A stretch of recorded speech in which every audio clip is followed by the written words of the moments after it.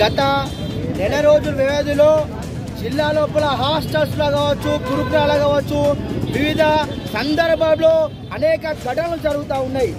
అసలు ఈ జిల్లాకు దిక్కు దివాణా లేని పరిస్థితి జిల్లా లోపల ఉంది.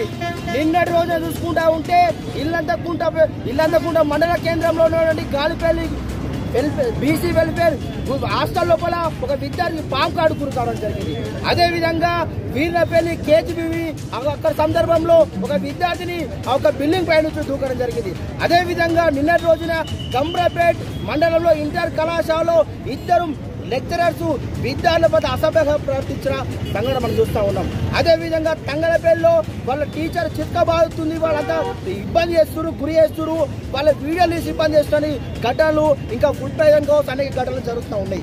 ఇంతవరకు కూడా ఈ యొక్క జిల్లా ప్రాతినిధ్యం వహిస్తున్న ప్రభుత్వ వీపు ఆది శ్రీనివాస్ గారు నెల రోజుల్లో 10 సంఘటనలు జరుగుతూ ఉంటే ఇంతవరకు కూడా ఎందుకు స్పందించడం లేదు? మీ ఇందుకోసమే గెలిపించుకున్నామా ఆది శ్రీను గారని మిమ్మల్ని స్పష్టంగా అడుగుతా ఉన్నాం. ఈరోజు విద్యార్థులు అనేక ఇబ్బందులు పడుతూ ఉన్నారు, అనేక నరకయాతన పడుతూ ఉన్నారు.